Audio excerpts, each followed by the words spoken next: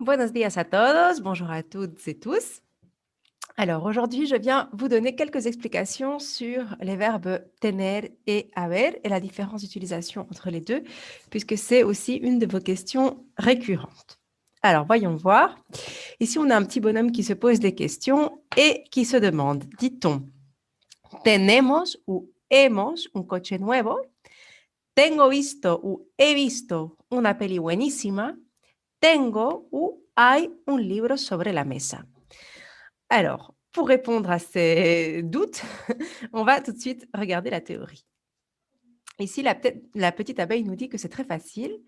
Le verbe haber s'utilise comme auxiliaire pour former des temps composés comme le passé composé, par exemple, ou pretérito perfecto en espagnol, et aussi pour marquer l'existence de quelque chose. Et dans ce cas, il s'utilise toujours de manière impersonnelle.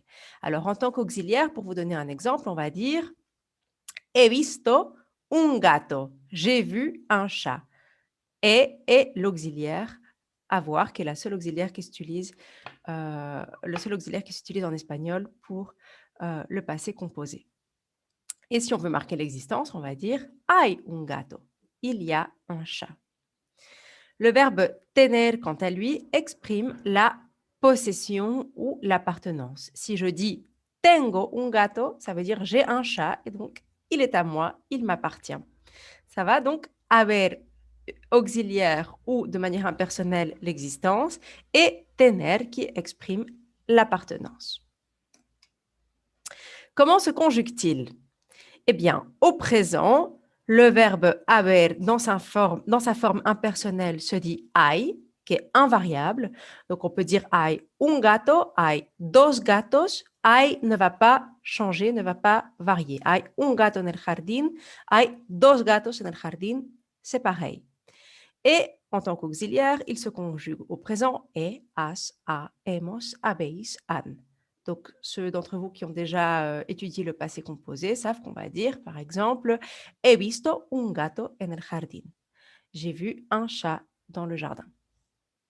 Le verbe tener, quant à lui, se conjugue au présent comme suit. Tengo, tienes, tiene, tenemos, tenéis, tienen.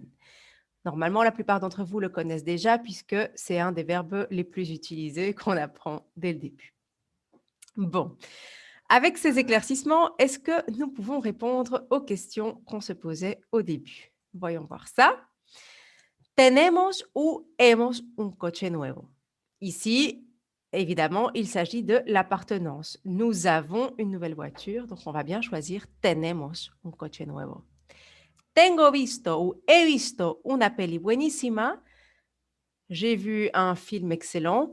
Eh bien, on doit utiliser ici le passé composé et donc on doit choisir l'auxiliaire avoir. On va choisir la deuxième option. He visto una peli buenísima. Buenísima, pardon.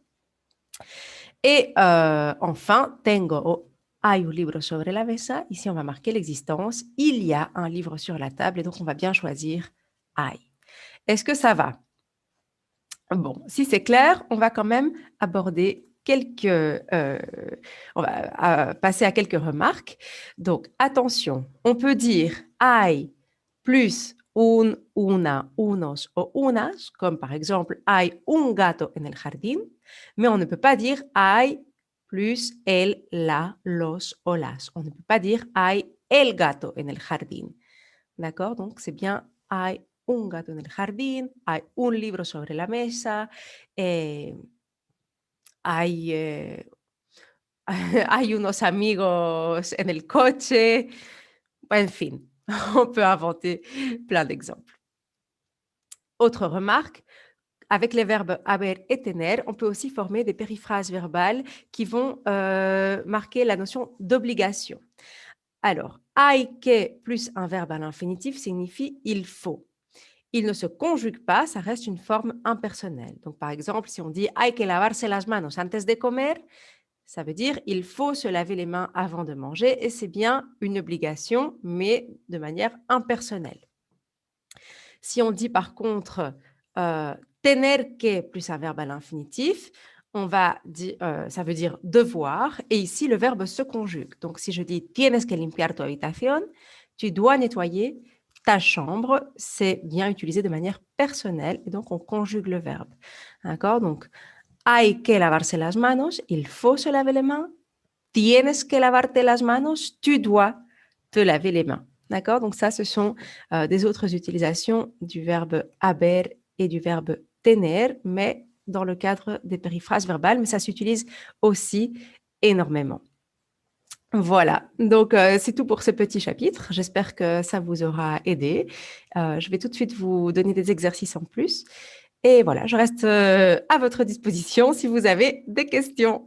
Et sur ce, je vous dis hasta luego. Adiós.